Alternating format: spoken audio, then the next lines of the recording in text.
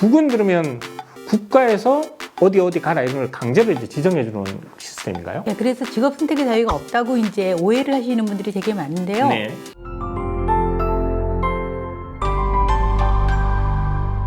북을 새롭게 알아가는 우리는 통일세대 벌써 세 번째 시간입니다. 오늘은 사회주의인 북, 자본주의인 남, 이렇게 남북이 체제의 차이가 교육 이념에서는 어떻게 나타나는지를 알아보는 시간 갖도록 하겠습니다. 오늘도 김희영 작가 모셨습니다. 안녕하세요. 네. 시작하기 전에 책을 선물하기로 한 이벤트.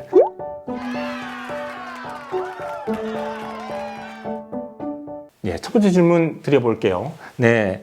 북에는 학교마다 조선을 위하여 배우자 이런 구호가 적혀 있다고 하는데 마치 우리도 훌륭한 위인들처럼 훌륭한 사람이 되자 이렇게 학교에서 교육하고 이런 걸 목표로 해서 진행하고 있는데 이런 거가 비슷하다, 똑같은 거다 이렇게 보면 될까요? 그 구호를 보면 남쪽에서 가신 분들의 반응은 크게 두 가지로 나타납니다.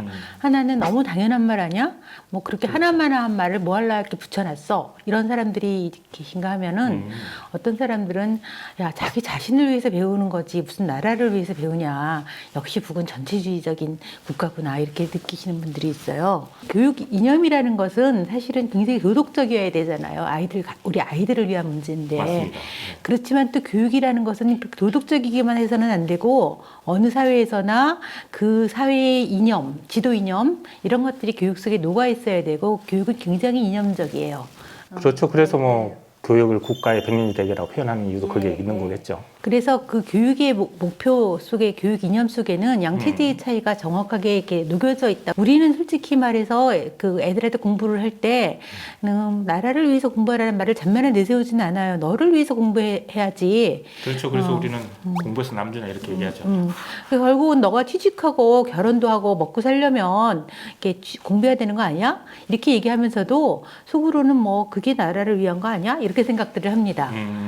취직하고 먹고 살아야 된다라는 얘기는 우리 대한민국은 이렇게 자본주의 사회잖아요. 그렇죠. 네, 자본주의 사회의 기초는 시장 질서거든요. 시장 질서. 그럼 시장 질서에 적응하는 민주 시민이 되게 하는 것.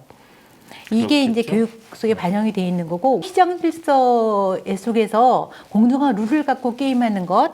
그런 걸 배우는 그런 거. 능력, 그런 살아남는 능력을 배우는 것, 이런 것을 가리키는 게 이제 민주시민이라고 이제 교육 목표를 얘기를 합니다. 근데 이런 자본주의적인 시장 질서 이념을 비판적으로 보는 사람들은 겉으로는 그걸 내세우지만 실제로는 이렇게 불공정 게임이 관통하고 있고 마치 공정한 것처럼 그 질서에 순응한다는 것은 너무 세제 순응하는 인간을 기르는 거 아니냐 이런 반론을 펴기도 합니다. 불공정한 속에서도 살아남기 위해서 공부하는 거죠, 사실.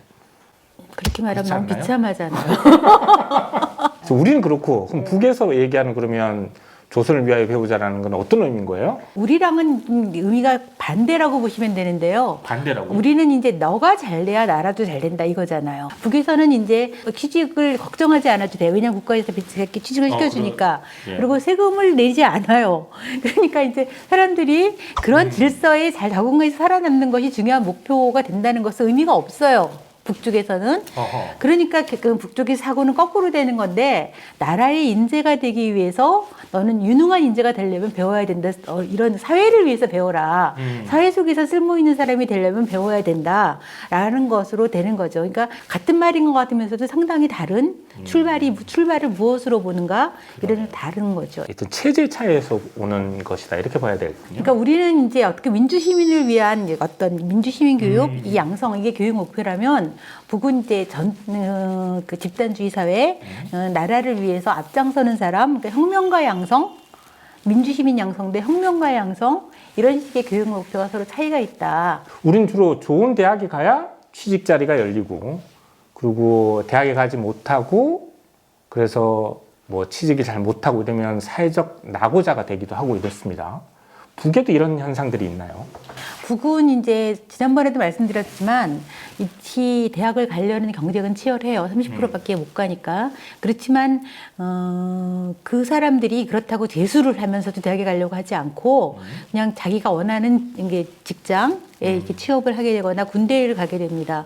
거기서 또 최선을 다하다 보면 공부의 필요성을 또 느끼기도 하고 직장에서도 그런 필요성을 또 제기하기도 합니다. 네. 그러면 그때 또 대학 갈 수 있어요. 그렇기 때문에 고등학교 졸업하고 대학을 가는 것에 의해서 나고자 아니냐 결정되지 않아요. 그러니까 여러 가지 선택 중에 하나인 거죠. 그럼 그런 사람들도 똑같이 고등학교 졸업하고 사람들과 똑같은 대학에 가게 되는 건가요? 똑같은 대학에 그래서 김일성 종합대학에 간 경우도 뭐 김제공을 간 경우도 많이 봤고 그렇지 않고 모든 이제 지방마다 다 지방에도 대학이 있고 또 공장별 공장대학이 또 있고 그 좋은 학교에서 원격 교육을 시켜주기도 하거든요. 근데 우리는 대체로 이제 야간 대학을 간다거나 인터넷 대학을 간다거나 하는 게 다 그렇지는 않지만 대체로는 학력 기재용이 많잖아요. 그렇다면 북도 그러면 그런 게 실제로 이게 교육 효과나 이런 걸로 치면 우리하고 비슷하지 않을까 이런 생각이 드는데. 북은 학력 기재용은 별 필요가 없어요. 우리는 대학 졸업장이 없으면 진급이 안 된다거나 그렇죠. 결정적으로 그런 문제들이 있기 때문에 일단 자격증을 따고 봐야 되잖아요. 근데 맞아요.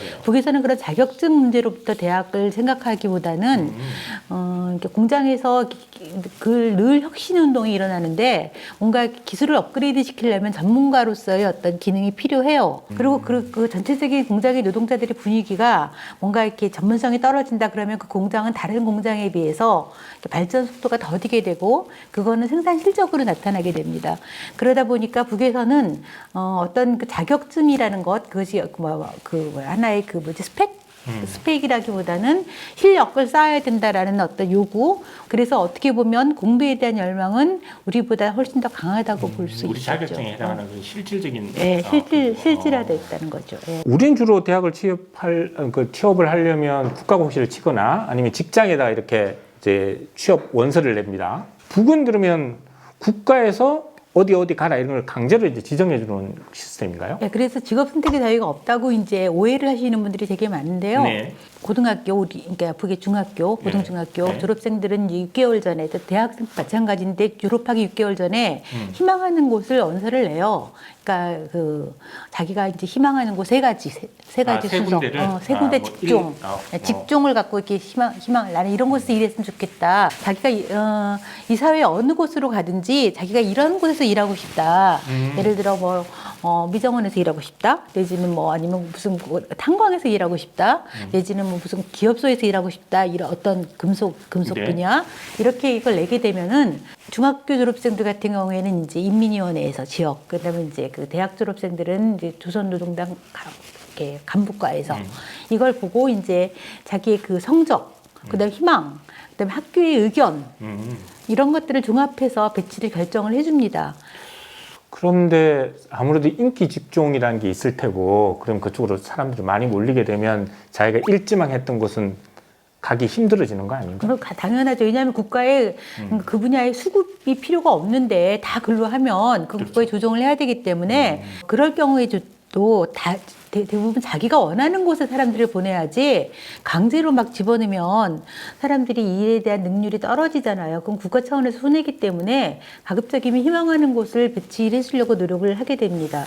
그래도 어쨌든 자기가 일지망으로 넣었던 곳에는 가지 못하게 되니까 실제로는 이 직업 선택의 자유가 있다라고 표현하기는 좀 어려울 것 같은데. 근데 그거는 우리도 마찬가지죠. 우리는 A라는 회사, B라는 회사에 원서를 넣으면 북은 이제 그걸 국가에서 판단을 하지만 우리는 사장님이 판단하잖아요. 회사 기업주가. 그렇죠.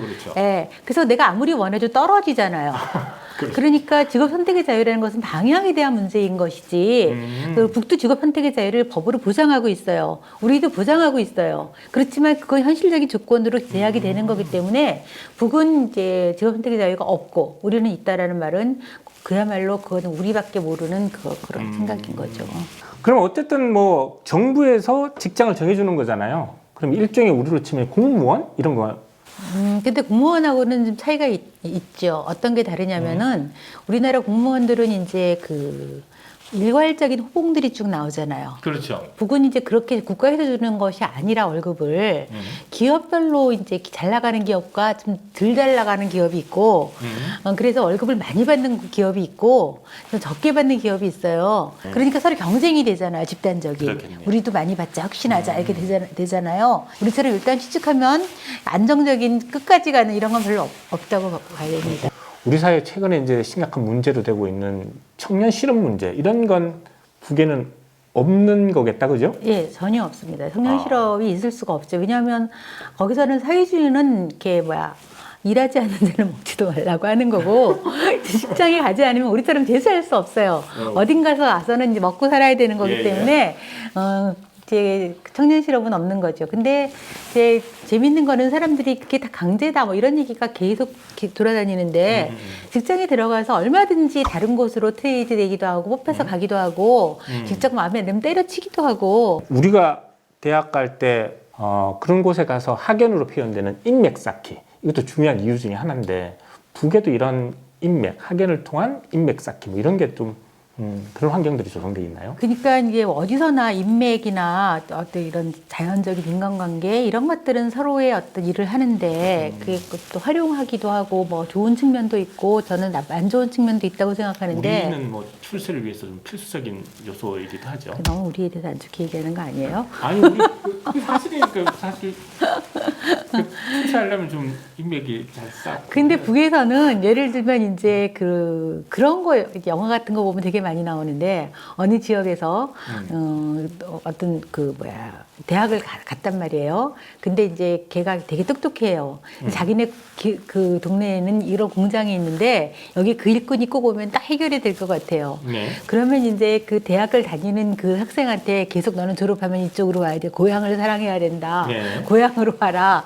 이렇게 막 설득하고 스카우트 하려는 경쟁들 이런 것들이 되게 치열한 걸 많이 봤거든요. 그런 점에서 북은 그것이 하나의 관계망의 형성이라기보다는 이렇게 서로 자기가 일하는 곳에 좋은 사람들을 유치하려는 경쟁? 네, 그런 것에서 인맥도 활용된다고 봐야겠죠. 자, 지금까지 남과 북의 교육 이념의 차이에 대해서 알아보았습니다. 다음 시간에는 무상교육으로 알려져 있는 북의 교육 환경에 대한 이야기 나눠보도록 하겠습니다. 좋아요, 구독하기 눌러주시고요. 다음 시간에 다시 뵙겠습니다. 고맙습니다. 감사합니다.